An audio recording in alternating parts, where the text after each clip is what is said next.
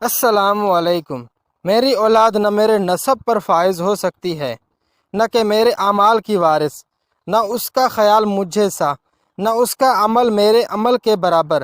میری اولاد مجھ سے اجنبی ہی رہتی ہے، پھر بھی اس اولاد کے لیے میں کیا کیا جتن کرتا ہوں، کہاں کہاں سے کیسے کیسے گزرتا ہوں۔ کس کے لیے؟ بے حس کے لیے۔ میں نے جس کے لیے بھی جو کیا اسے اسی کا احساس نہیں۔ پھر میری زندگی کا مقصد وہ تو نہ ہوا جو میں نے سمجھا، جو میں نے بنایا۔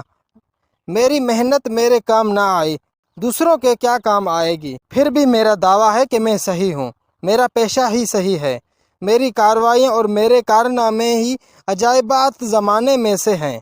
لیکن مجھے کون بتائے کہ ایسا نہیں ہے؟ میں کسی کی سنتا نہیں، کسی کی مانتا نہیں۔